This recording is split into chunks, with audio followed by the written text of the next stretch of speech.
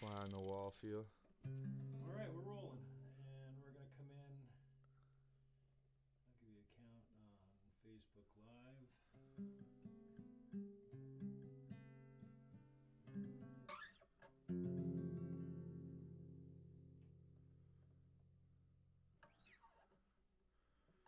All right, we're good. All right.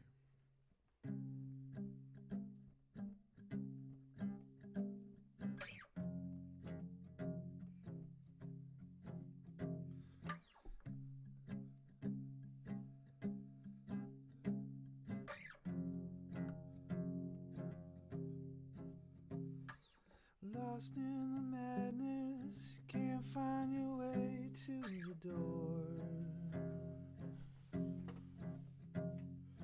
Lost in the sadness, you feel you can't take anymore. Still you find you can't move on without love.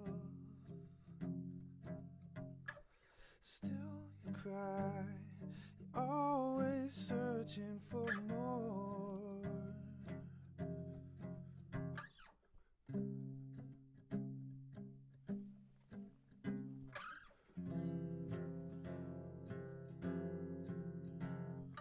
Highways and byways, running away, you can't find your way back home. Tossing and turning, your mind's still spinning, you feel you can't take anymore. Still you find you can't move on without love. Still you cry, you're always searching for more. Memories, I see you stepping out lightly on the floor. In memories, I see you always walking out that door. Still you find you can't move on without love. Still you cry, always searching for more. Yes, you are. Lost in the madness, you can't find your way to the door. Still you cry, you're always searching for more. Yes, you are. Still you cry, you're always searching for more. Yes, you are. Lost in the madness, you can't find your way to the door. Yeah, brother. MJB. Matthew voice James cracked. Blake, live in the cellar. My Cellar voice cracked out sessions. for a minute. We'll talk about this. New album coming up. Matthew James Blake. Yeah, so share it around. We're live on Facebook Live. We'll be recorded later with the enhanced audio later on YouTube. As mentioned, MJB, Matthew James Blake. Thank you for taking the time. I appreciate it. Matthew is a 33-year-old single, Niagara Falls resident via North End St. Catharines. He's a North End brat, just like me. Yes, I am. A few years younger, though. Just a couple. No. And a practitioner of musical witchcraft, I like to say. We use that in most flattering of senses. So, dude, I appreciate you coming in. And great timing, too, because you got a lot of stuff coming up. We got the West Coast Mystery Train Tour coming up. And the West Coast... What's the album called? Same thing? West Coast Mystery Train. It's the same name of the album. It's an EP, a short play record. Right on. CD release, Mate, March 18th? March 18th. Yeah. Mate Horseshoe Cafe. Tavern. Yeah, playing the Horseshoe on April 2nd. My first time at it. So. At the Horseshoe? Yeah. Great venue, legendary venue, yeah. man. And then you're gonna trip across the country. Yeah, on the Via Rail train. Via Rail. performing on the Via Rail train. Yeah. 5 days to get across country. 5 days and a bit. Few gigs a day. Yeah, 3 45-minute sets. You're gonna be playing in the liquid relief car. Or like, in other words, it's gonna be a lounge. Can you drink on that part of the train? I can. Or can you drink everywhere on the train? I'm allowed to drink, but I'm not allowed to drink while performing. All right. That was their stipulation. So are you gonna go? You're gonna spend some time in your own cabin and pre-drink before you get on stage, so you don't. Yeah. At least post-drink in case Via Rail's watching. And we're both sober, so that should tell you something. I haven't been drinking that much these days, but I've been known to get tricked here and there. Yeah. But we made a decision rather than what do I call it? Adjust the altitude before the session. We would do this with a clean head. You just woke up like 15 minutes ago. I've been up since 9 or 6:30 or something like that. These musicians, they don't call them out until afternoon. You know, it's. I love you guys anyway. So and then the Roxy Cabaret in Vancouver. That sounds like a really cool venue. It's a legendary venue. Yeah, I've heard the name. It's the Horseshoe Tavern of Vancouver, I guess you could say. No, I'm sure they don't like being compared to. Well, maybe they do. Legendary. It's one of them clubs, right, where it's like in that vein. But I'm playing with my old friend Chris Witowski, who I went to high school with. We won 5 championship rings for lacrosse. Holy Cross? Yeah. We were so good. Catholic boy. We went to Holy Cross College and pounded their asses like 20 goals to 1 or something like that. We were that good. And all those cats play pro now, but Chris Witowski plays with a band called Bulge, and he's a funny guy too, quite the performer. So I'm really excited to meet up with him. Cool. So that, and then I trip to Victoria, and I play at a place called Vinyl Envy, which is a vinyl store that puts on a weekly concert series. Mm-hmm. So I'm playing with another fellow that's from Victoria and another fellow that's coming from Europe to do a tour. So there's 3 of us on a bill. All kind of acoustic shows. And then from there, I'm going to Salt Spring Island, which I have an undisclosed show booked there, which is still yet to be ironed out. So there could be a house show. It could be at a cafe. We're trying to figure that out. So, and then I jump back on the train all the way home, playing on the train. You're spending a week there, though, too, right? Yeah, 7 days. 3 shows in 7 days, which I figured was a reasonable idea because I don't want to like go crazy trying to get everywhere right, and then it's always a hassle. So I'd rather have the shows be impactful, and do them up right. So I play on the train same way on the way back, 5 days back, and then I'm playing in the Soil Arts Festival on April 28th at 4:30 on the main hub. Nice. So in the middle of James Street, then. Yeah, right in the middle. And then Nathaniel Gould, I just talked to him last night. He's going to play drums for that show. And Aaron Berger's probably going to do vocals and percussion. So we'll probably end up getting BBG as special guests for that show. Right on. So, and they're thinking of coming to the Horseshoe with me, too. So we might have BBG at the Horseshoe.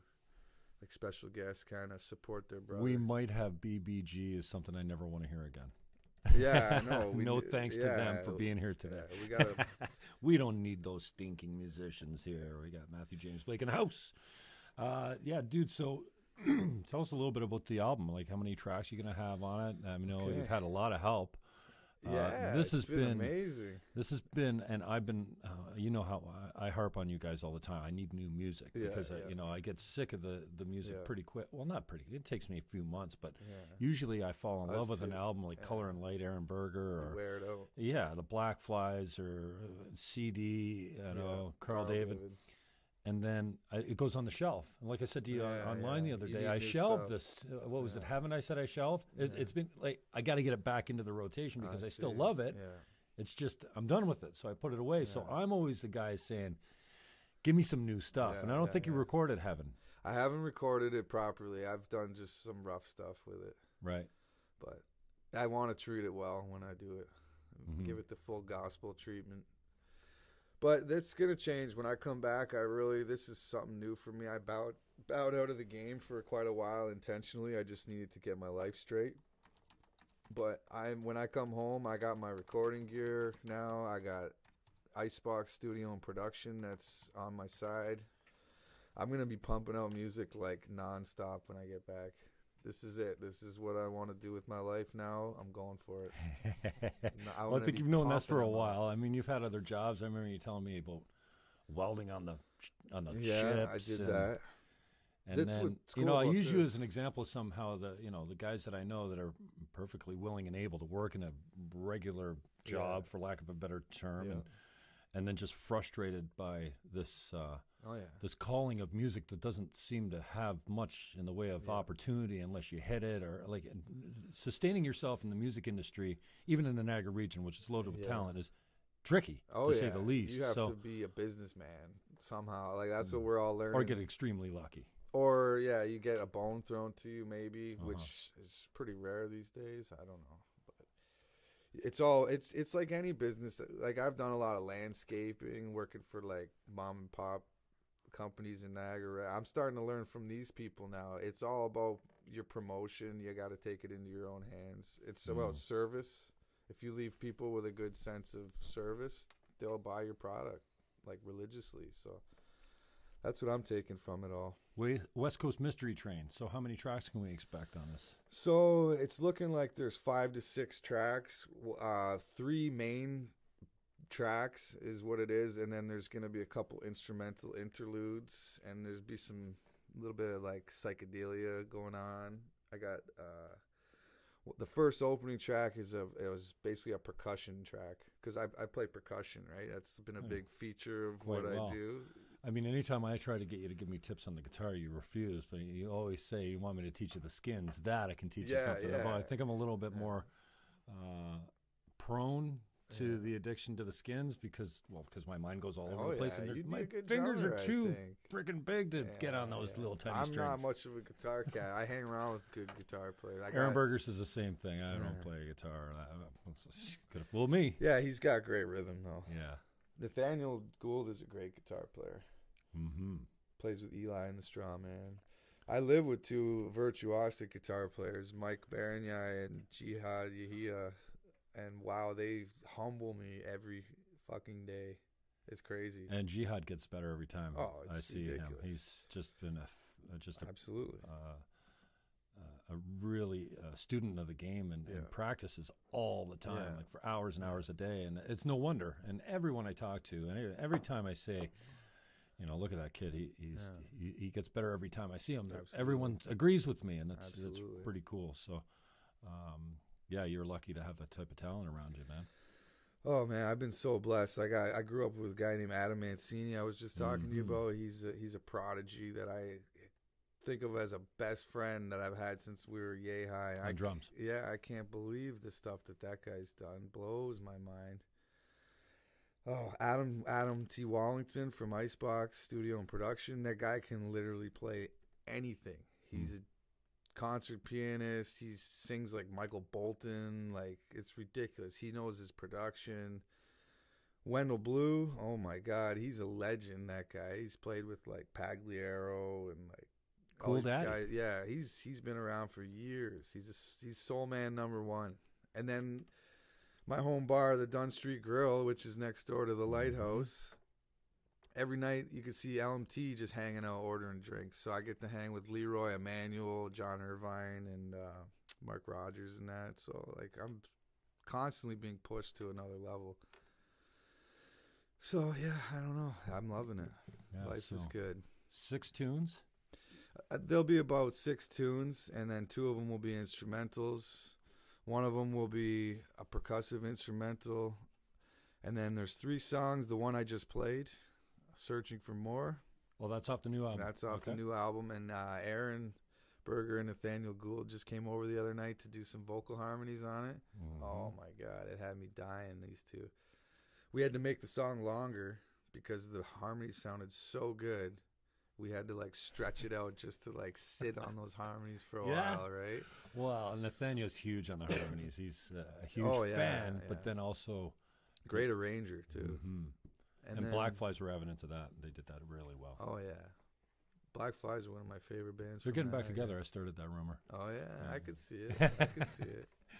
I'm voting for it. And then the next track is a blues. It's a straight 12-bar blues.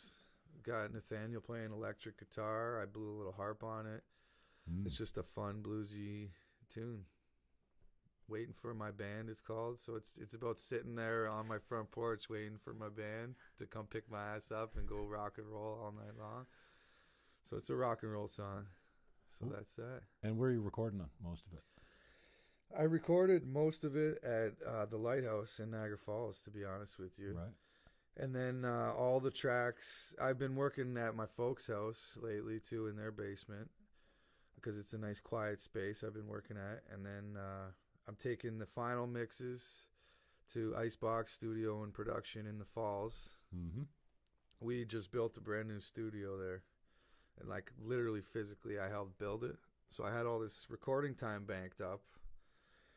And then Adam called me. He said, hey, man, you want me to give these the magic touch when you're done? And I said, yes, I'm cashing in on that, right? So I'm going to Icebox. We're going to mix and master it there. So it will be top quality music. There'll be nothing homemade about it. It'll be a legitimate Well, and that's product. the surprising thing that I've noticed about the Niagara music scene is well, this all started maybe 4 years ago when I was doing the 610 show.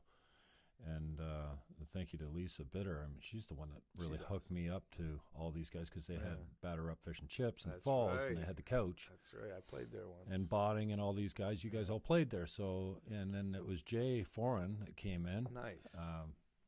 Of many bands, but back then it was the Black Flies. Black Flies actually played my show in the control room at 610 CKTB. Yeah. And Jay walked in and said, "Here." He gave me Color and Light. He said, "Aaron wants you to have this." And I literally said, "Who's Aaron?" Like, I didn't know him yet, eh? Yeah. And I don't know how long it took to get into my deck in my car, but then once it got in, it didn't come out for probably 6 weeks, maybe 6 months. I don't know. I fell in love with that album. And I always tell the story how it's so cool that, St. Catharines is track 3, I think, on that album. Okay, yeah. It starts with Calgary, and I'm pretty sure track 3 is in St. Catharines, it's called.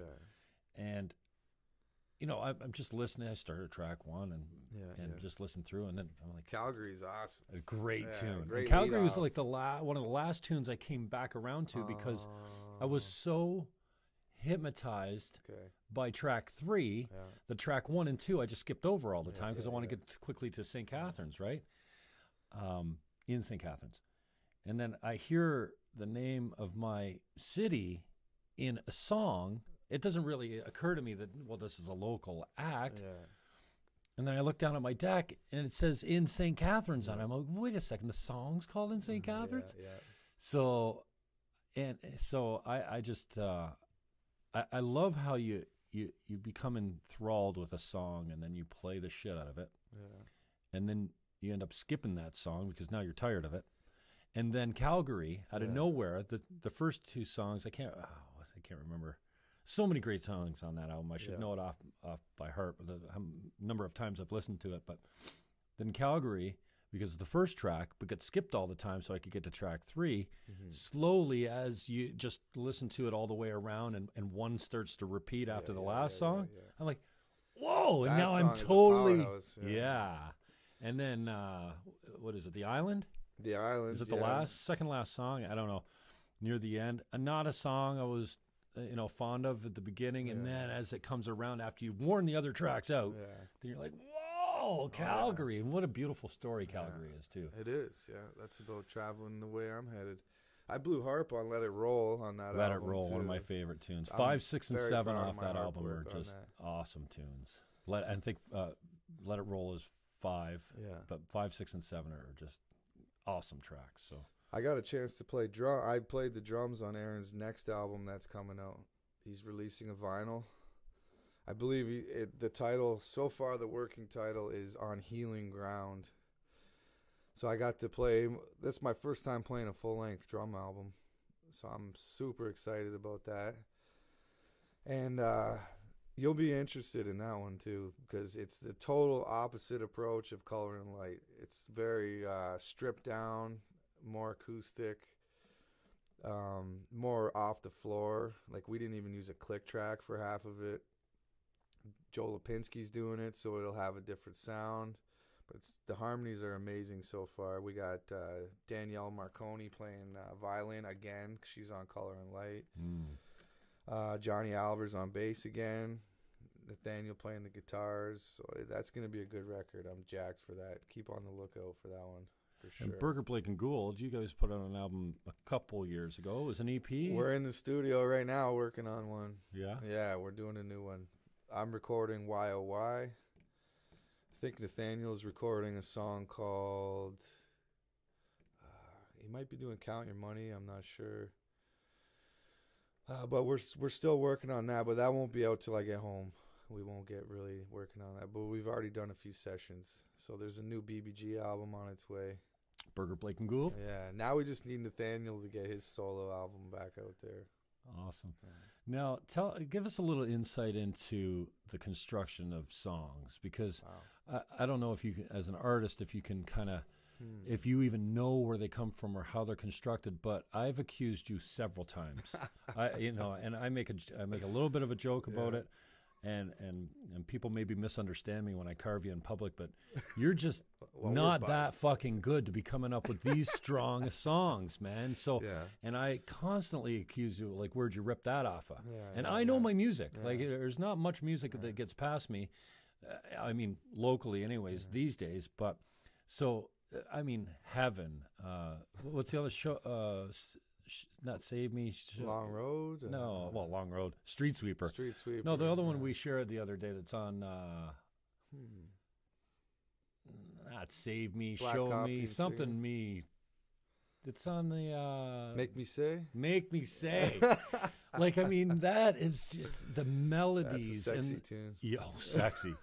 But, and these are prime examples. Please go check MJ out online. It's not hard to find. Just search Matthew James Blake.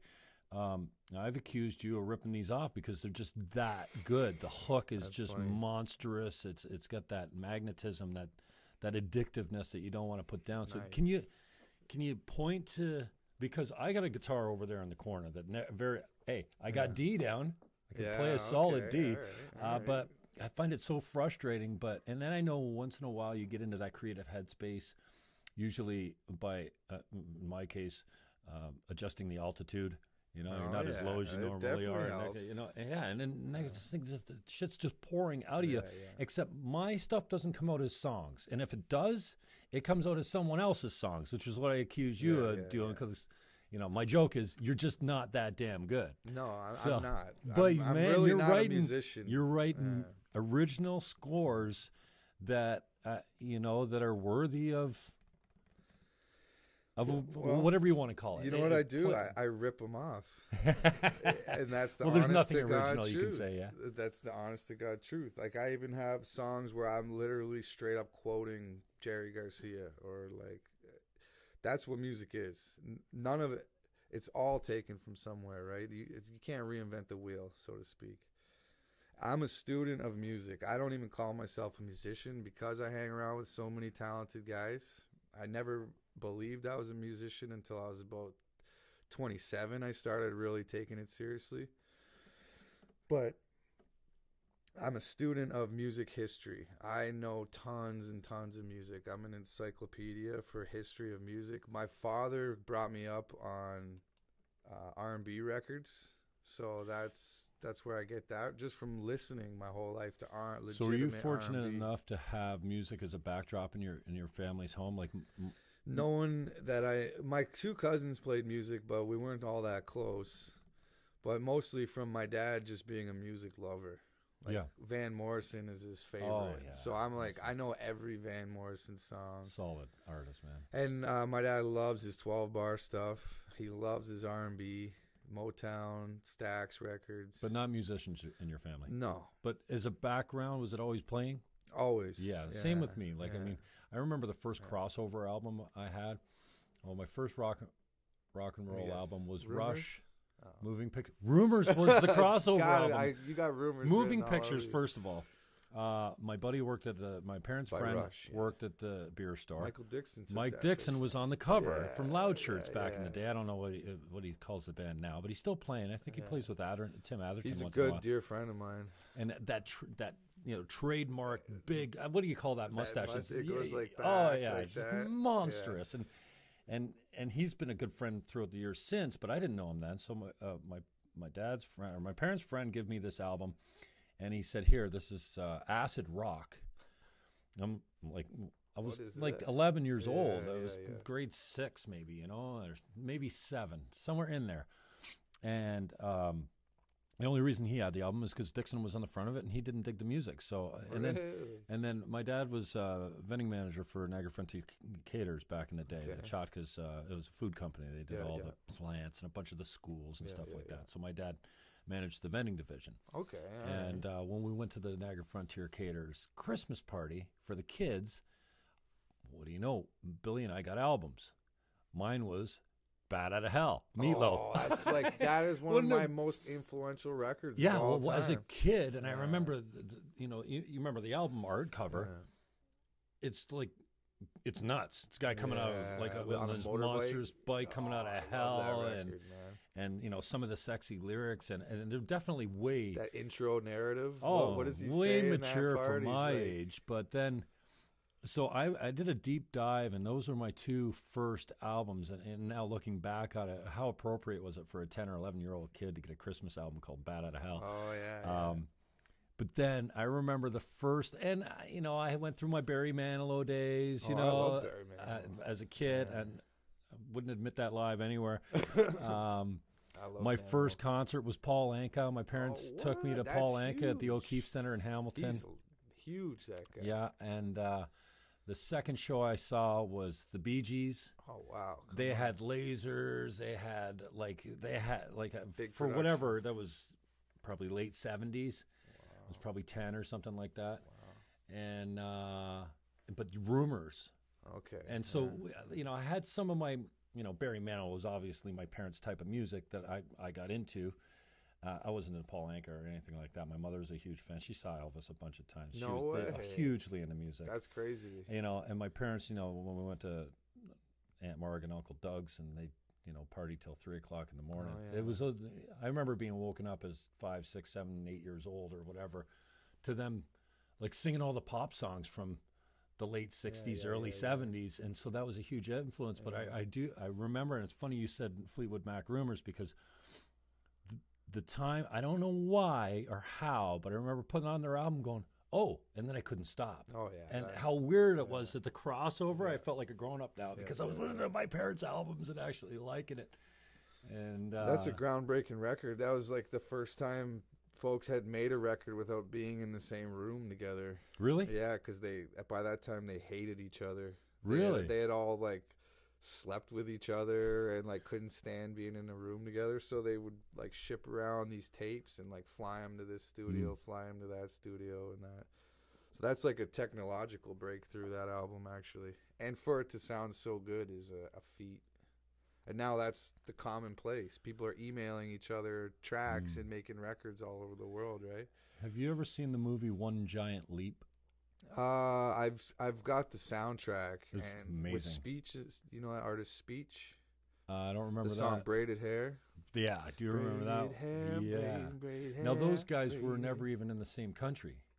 They do that's right. That's vocals right. in Africa, some tribal, whatever, and then ship it back to California and mix it. And then Michael Stipe was on it. Okay, obviously he was in California or in the States. I think Baba Maal is on there too, and he's like one of the most legendary African artists of all time. Right, really earthy beats, kind of mixed in with modern music. Yeah, dynamite. And there's a movie on it too. I didn't know it was a movie. My brother had the soundtrack when I used to raid his CD collection. That was one of my favorites because I was a huge fan of Arrested Development. Speech is from that group. Right. Remember Mr. Wendell? No. You know that song. Mr. Wendell, yeah. Here, have $1. In fact, no, brother man, here, have 2. Yeah, you gotta know that song. Off that album? No, okay. Arrested Development was a colorful band in like the 90s when hip hop was getting real dark. These guys come out with like dreadlocks and like multicolored outfits and that, and kind of changed the whole hip hop scene. Yeah, I know that record.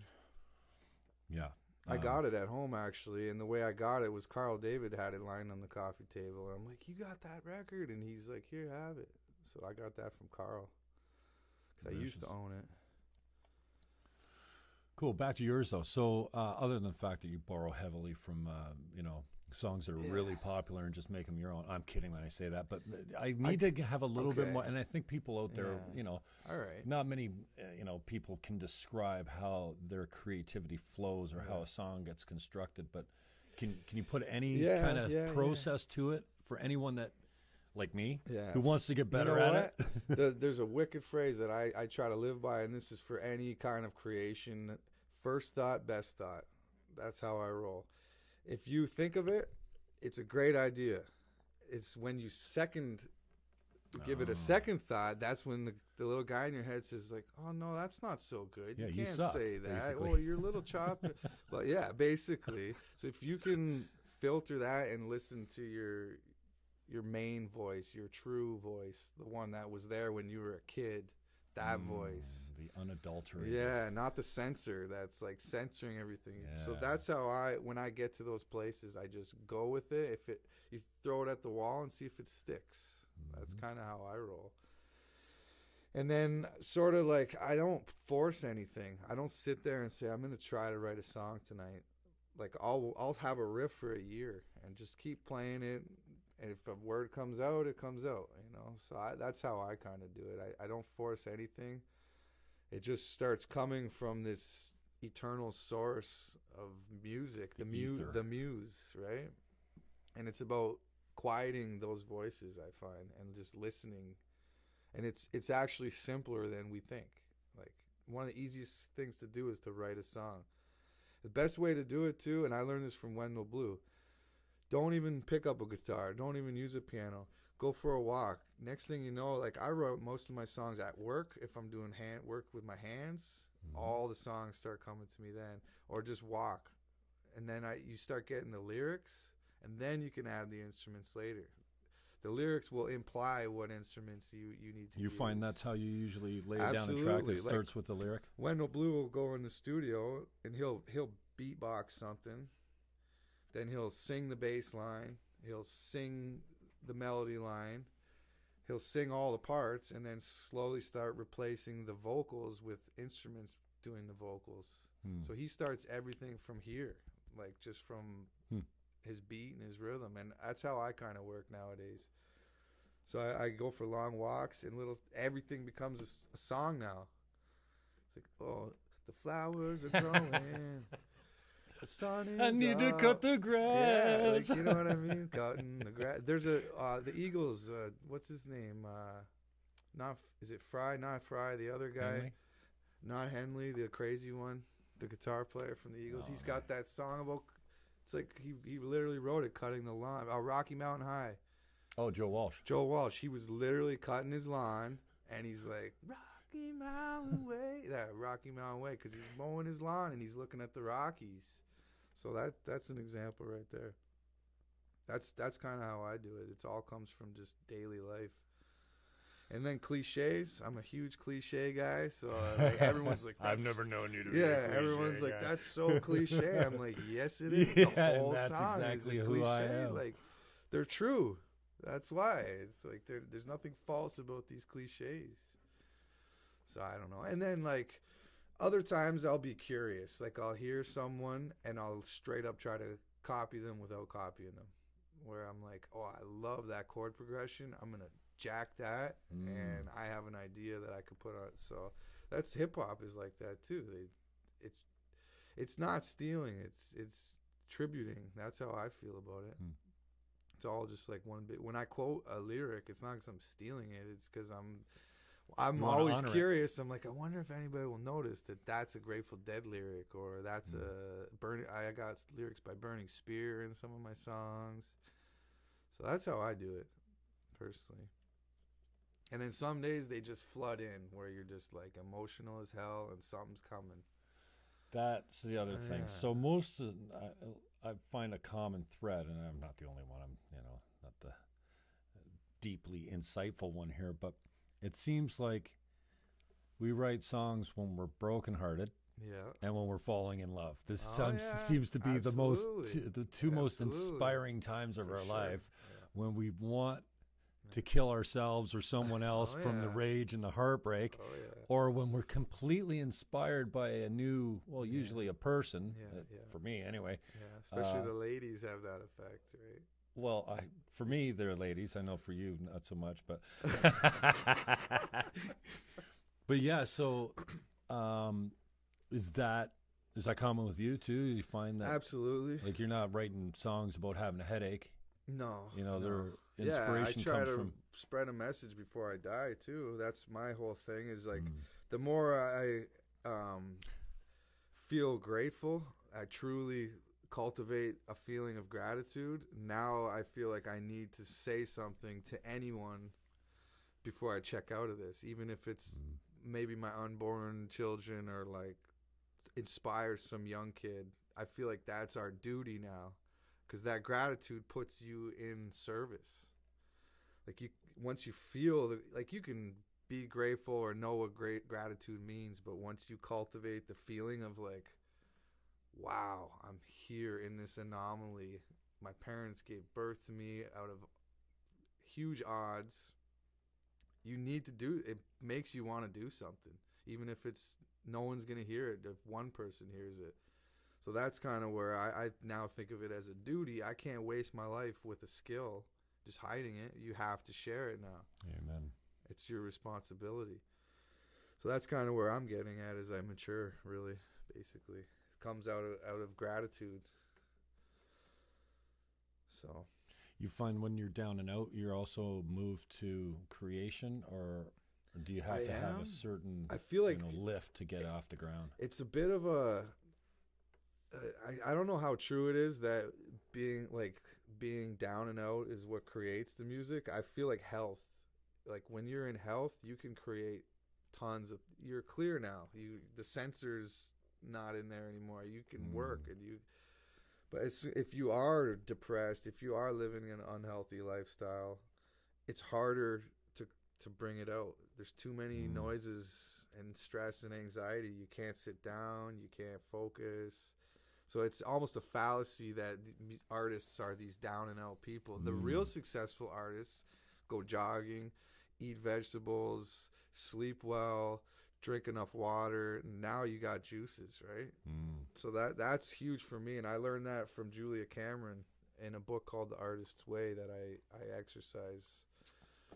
And that's what really helped me break some of these fallacies, right? Now, have you been practicing that still? I found that, is that the one where you wake up in the morning, you write till you're exhausted? Like the thoughts are exhausted, you can't think. Yeah, it's just a steady stream. You don't pages. Don't worry about grammar, don't worry about sentence structure or spelling or anything like this.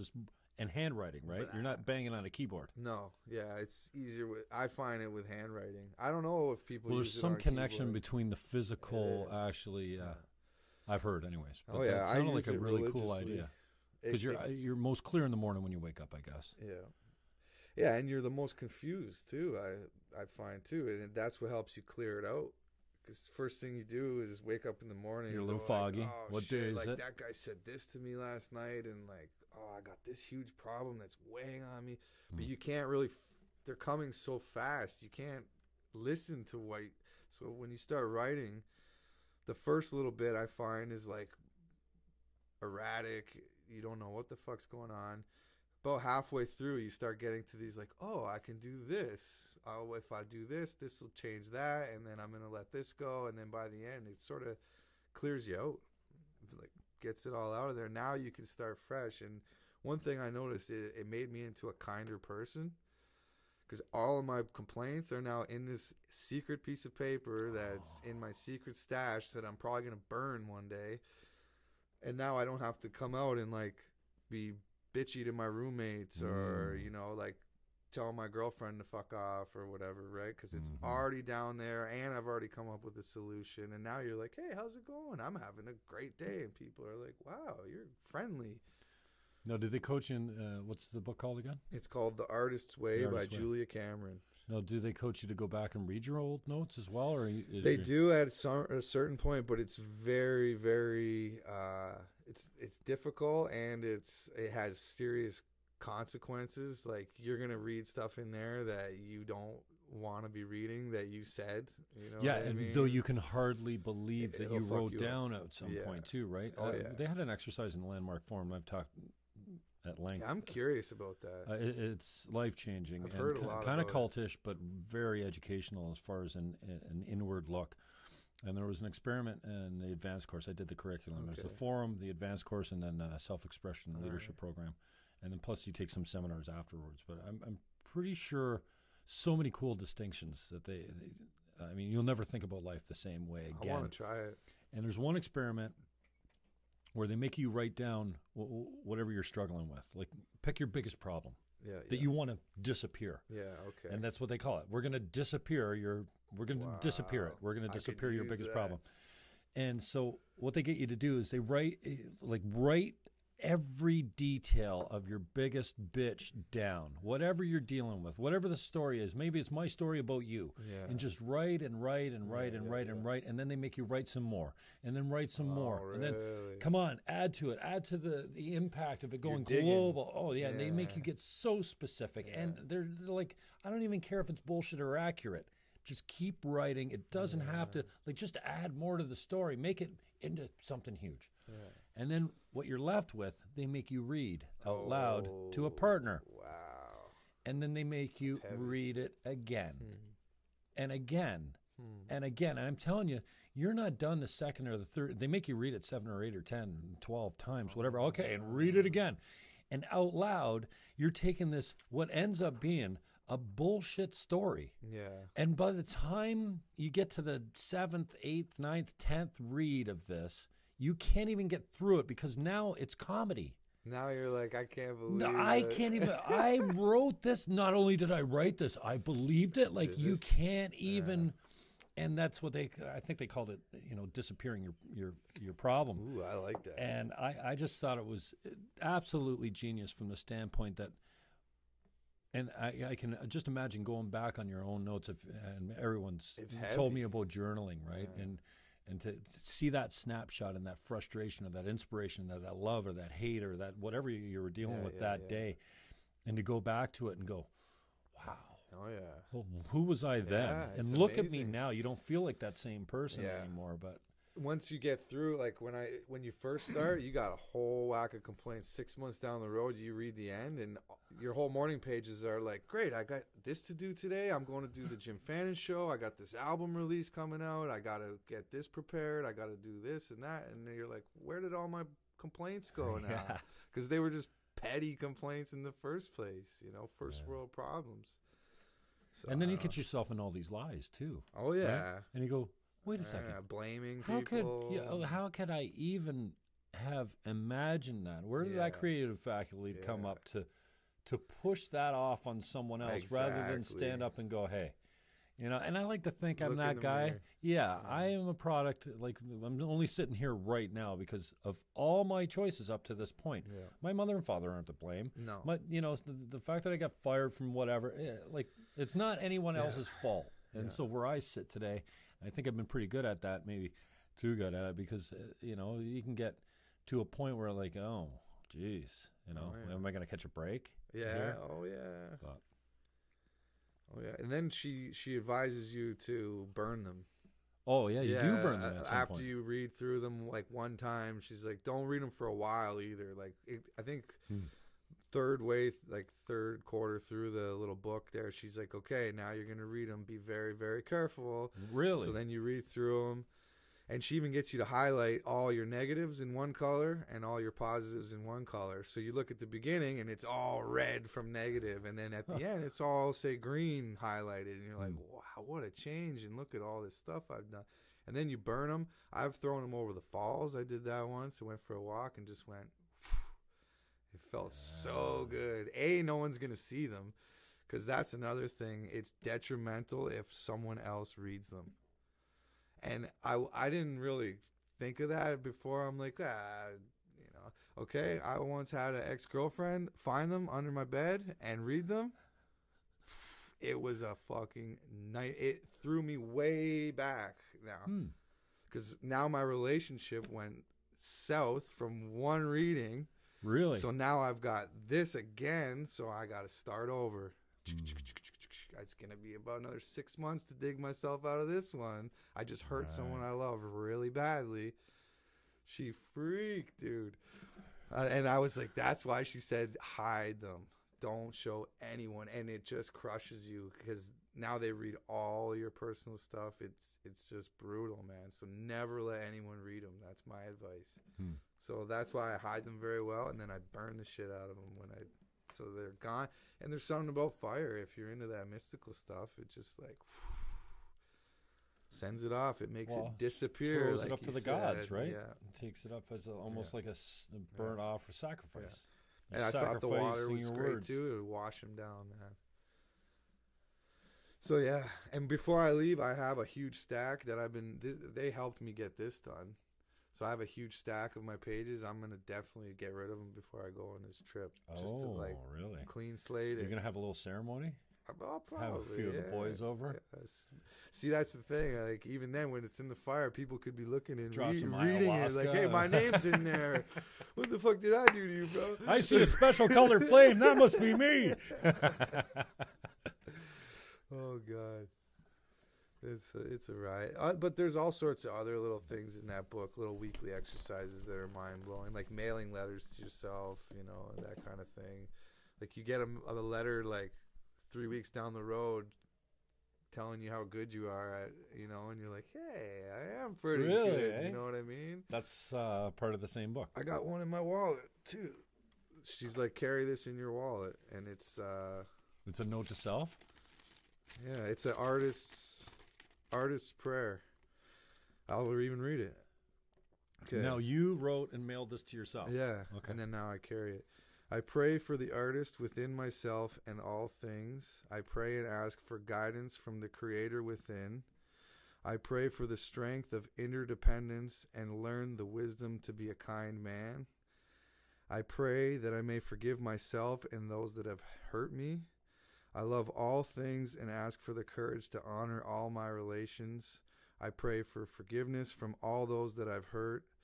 I am grateful for the opportunity to learn from these lessons. I pray for the ancestors and my relations in spirit to guide my hand in my creative recovery. Please, God and my loved ones, show me the way to health. Wow. So that's amen, heavy, brother. Man. Preach. Preach. Yeah. Oh, God. That's beauty, man. So Matthew James Blake is my guest. Check him out on, I really appreciate you coming in, dude. And it's been a while since I did. Man. Yeah, and I've shared with you. You know what? I kind of feel like my self-expression's been a little yanked out from I really enjoy doing the show, but I can't seem to replicate it in my freaking cellar down here without looking at. And I spend a lot of time actually getting the sound right in here. I love it. And the lighting's not perfect and stuff like that, but if I try and do a monologue, because I'm really struggling right now. I'm swinging so far right these days politically. Okay. Like, I'm a lefty. I'm like an 8 or 9 time Green Party candidate. There's no more well, I mean, they're fiscally conservative. What makes you go right? The Green ain't the doing left it. just does not stand for anything that I used to stand for. And I kind of was a robot back in '93 when I first was introduced to politics. I learned under the left, and I kind of just fell in line with all kinds of issues. And I'm still a lefty, but anyways, I'm swinging right, and it's been very painful for me because the right actually is standing for freedom of speech right now. And it's the left going, you can't say that, or we can't have that speaker come to our university. That? Well, yeah. The lefties are now like, wait a second. That offends me because I'm a hippy-dippy, blah, blah, blah. And maybe I'm just not searching them out, but I don't find any left-wing commentators. Well, Rogan's a little left-wing, but he's centrist, and he falls right on a bunch of things too, right? Yeah, and he does. I've been listening to Rogan like crazy, and you were the one that helped. And there were so many people that said, Jimmy, just do a podcast. I'm like, podcasts are for losers. Everyone's got one. Oh, you called Joe Rogan a loser? Yeah. Like, he's got like, how many? One of the coolest dudes in the world. A billion views a year, this guy, or more. And so I've been really struggling. So, and I sent you a copy of, what I uploaded to YouTube the other day. It was a monologue on Niagara music. I could talk about a few bands and do that well. Yeah. Well, once I put it up there, I'm like, oh, this fucking sucks. Really? Like it's shit. Like I'm a real. I don't know if you sent it to me. Send it to me though. Yeah, because you said it'll come. You'll get better. I'm like, dude, this is basically it. I talked about G. I talked about Mel Monaco. I talked about Ice on the Hurricane. Anyways, it doesn't matter. Okay. So I appreciate you coming in because, and we don't need to go into the political thing today. And I'd rather spend more time talking about you and what you're up to and where you're going and stuff like that. But I've had a hard time getting back into it from the standpoint that I want to put down my thoughts and get them out there because I think that I can be part of a positive conversation that can help because there's more division going on now than ever. The left and the right are further apart than they've ever been. Yeah, men and women are further apart than we've ever been. There's now a huge divide. And the ideological possession on both ends of the extreme is rampant. I think the election of Trump, and I'm repeating myself, anybody's ever heard a podcast before. I see where you're going. But I desperately want to be part of the conversation in the way that I think what we're forgetting is we got here together. We're different. Liberals and conservatives are different. Men and women are vastly different, think vastly differently. And what we forget is we've come a long way. Yeah. We got a long way to go.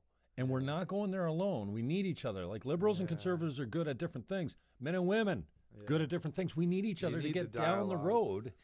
And right now, I feel like the conversation, especially by the left, is being muted by, oh, you're just a white supremacist, you're a racist, you're a transphobe, you're a homophobe, you're a sexist, you hate women.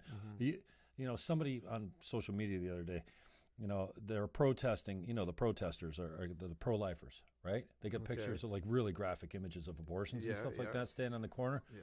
Dude walks up, smashes their signs. Right? Okay. And I'm like, well, that's not cool. Yeah. I get that you have every right to stand on the corner with graphic images. I don't care if your kids, whatever. That's freedom of expression. Yeah. So one of these social justice warriors says, oh, more of this. I go, what? Assault? Yeah. Over freedom of speech? Yeah. Oh, you're a snowflake. You hate women because... What? Yeah. Are you kidding me? That's news to me. So anyway, I appreciate you coming in because, it's... I haven't done this. I've had you on. I've had Jihad on. I had Anthony Sweet come in. What a beautiful human being. Anthony, he did a really nice podcast with me, and that was, probably a year ago now. And so I really appreciate the generosity. Chris Curry from Sessions on the River has been so generous, that we had that gig down there. I thought he was down here. Last October. I met him at a gig Sarah Gretzinger did the other day for this Savvy Networker. It's quite the facility over there. And Chris Curry showed up, and so did Paul Layton, who jumped on here and has been talking to us while we're going here. And so, I appreciate you coming on because, I don't have to worry about talking about that stuff. I can just sit with my homie. We can play some tunes and hopefully inspire someone maybe to pick up a guitar or, somebody that's struggling to reach out and say, hey, like... So, I think that's all we ever want is just to make a difference for someone, so. We got free reign at the airwaves now. Why not use it? Mm-hmm. We never had that 15, 20 years ago. So with saying all that, why don't you lead us in you got a couple tunes you can play off? Or you can shut up for a couple minutes? Maybe I'll play one that's really not political at all. Yeah. So, is it good to go? Is it rolling? Yeah. I'll play one off the rocker off the new record.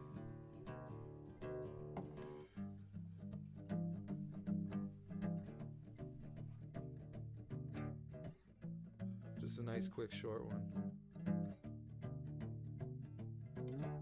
Sitting on the front porch waiting for my band.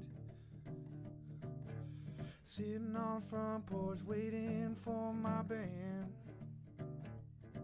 We're gonna ride all night in this rock and roll band. Make them people scream and shout. Gonna make them people scream and shout. Come on, alright. We're gonna show them people what it's all about. It's about Flatfoot Gypsy out on the floor. Making people holler, we can take it anymore. We're gonna rock it till the morning, turn the night into day. The boys in the band wanna have it any other way. Sitting on the front porch waiting for my band. I'm just sitting on the front porch waiting for my band. I'm just sitting on the front porch waiting for my band.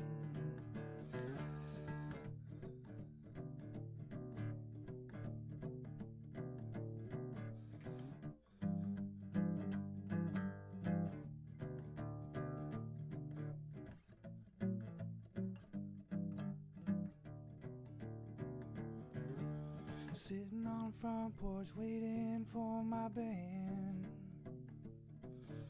Sitting on the front porch waiting for my band. We're gonna ride all night in this rock and roll band. Well, your mama's alright, but your daddy doesn't understand. Mama's alright, daddy doesn't understand. No, I don't care what you say when I'm playing in a rock and roll band. We got a half tank of gas, a bottle of gin. Party gonna start, it ain't never gonna end. It's a barn raising roof, burning hell of a time. All the pretty girls are making mine on mine. Sitting on the front porch waiting for my band. I'm just sitting on the front porch waiting for my band. I'm just sitting on the front porch waiting for my band.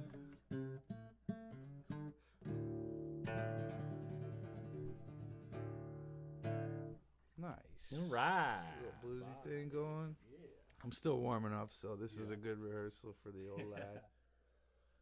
Cool. Man. So you want me to play something else, yeah, eh? You got any requests? Yeah. Well, you know I'm running a little battery here too. That's okay. What's the one I was just talking about earlier? Make Me Say? Make Me Say is pretty good. You know I love the Heaven too. Whatever you want to do. And then I got to get ready to go sell a house for somebody. Do a private deal for one of my buddies.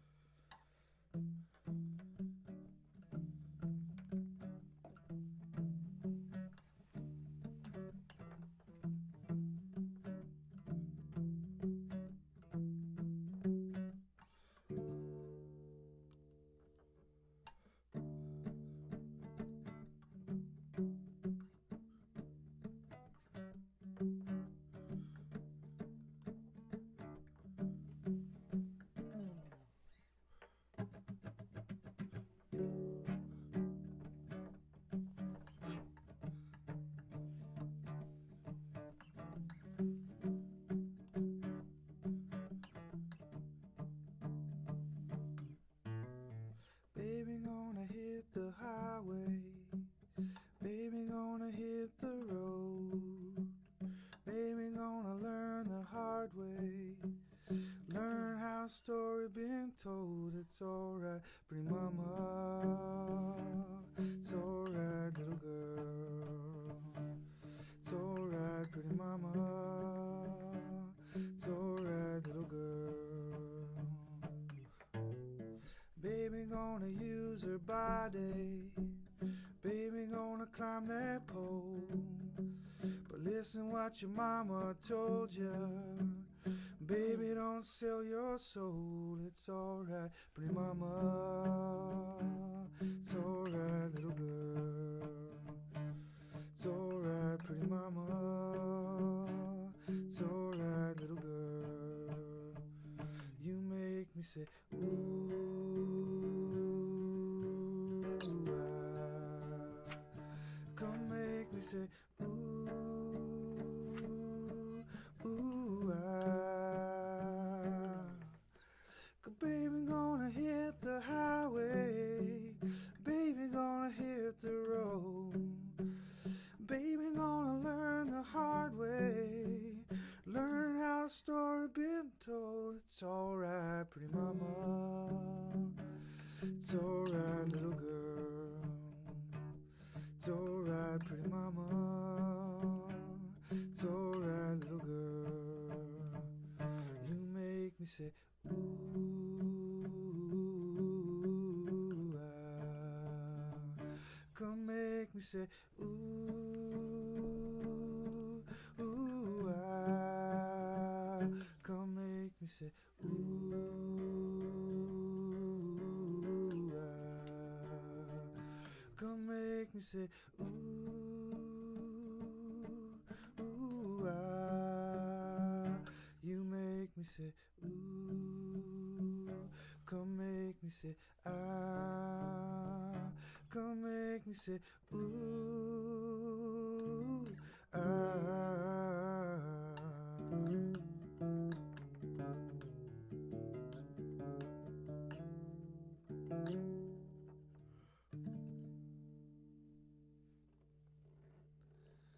Thank you, Jim Fannon, Not for too having me, fucking brother. bad there, Yeah, MJ. Still working out the kinks. Got some more Dude, love that things tune, to man. do. Where can we find that tune? Where is it? Bandcamp? mjblakemusic.bandcamp.com. Go check it out. And if you want to pre-order the album, West album? Coast Mystery West Coast Train, the Mystery next Train. album, dropping March 18th. That's at gofundme.com/Matthew James Blake. And it's Sunday, $10. March 18th, coming up at Mate Cafe, April 2nd at the Horseshoe Tavern. And then if you're going to cross-country train on Via, Yeah, you'll you can catch catch me. them in the club car, Yeah. the booze car. And then I play actually Winnipeg train station. I got Oh. to get off and I got to do a set there. Okay. And then I play the Jasper train station both ways. So that should be interesting. Well, I'm proud of you, brother. Much love to you. And, yeah, I can't wait for the album to come out. I can't wait to hear brother. a secret first rough track. Yeah. I usually can get myself down with one of those. And then good luck at Icebox Studios. Yep. And big shout out to Nathaniel Gould and he's Aaron helped me Berger huge. for backing you up and Yep. being your man. And support's huge. Yeah, in it this type really of is. industry, I right? didn't So- expect it. I kind of started out like, I'm going to just do it on my own and we'll see what happens. And then all of a sudden, when you start doing things, people come out of the woodworks with Mhm. support, right? And you have to learn to say yes. That's what I'm learning. Just say Make me yes. say. Make me say yes. Matthew James Blake, thank you very much, brother. I love you. Love you thank too, you buddy. to Ricochet Water. They're fueling Oh, us today. beautiful. And Tim Hortons, my first sponsor. With a triple cream, triple sweetener. Medium regular. Let's see if we win. Thanks for the people that jumped on. Give it a couple shares if you like. Leighton, Overholt, Barbie Collins came on. Cool. Shelley Lewis, friend of mine. Oh, Candy Johnson from out east. Hey, it's been a long time. Wow. Sean Spenceley.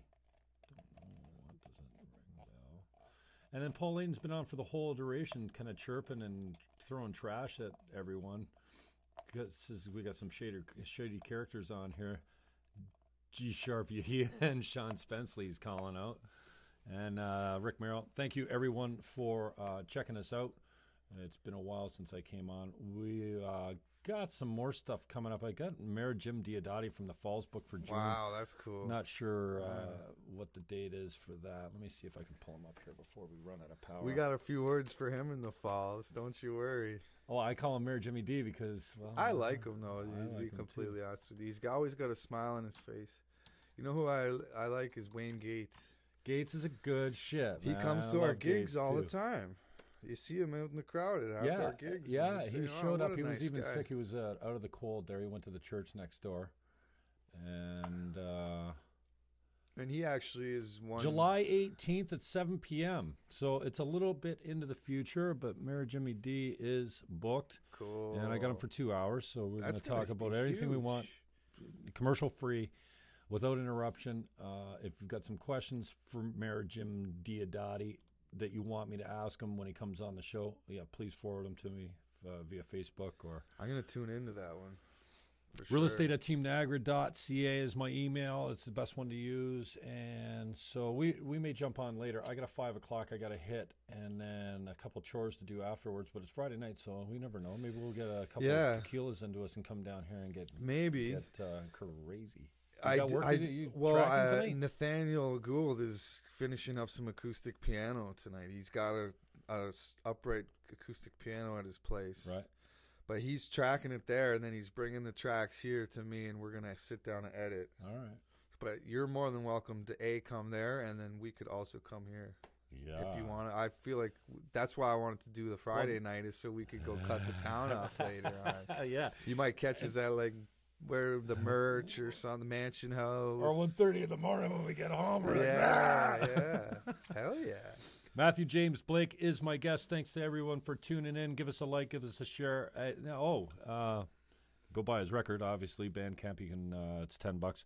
The new album's coming out. You can pre-order that at the GoFundMe page. And we will upload a better sounding audio quality YouTube video of this later. Right now we're on Facebook, but just with the microphone coming out of the iPhone there. So this will be uploaded. We did an hour. That's all good. Yeah, we did. Love you, man. Good. Appreciate it. Love you, brother. Peace out, y'all.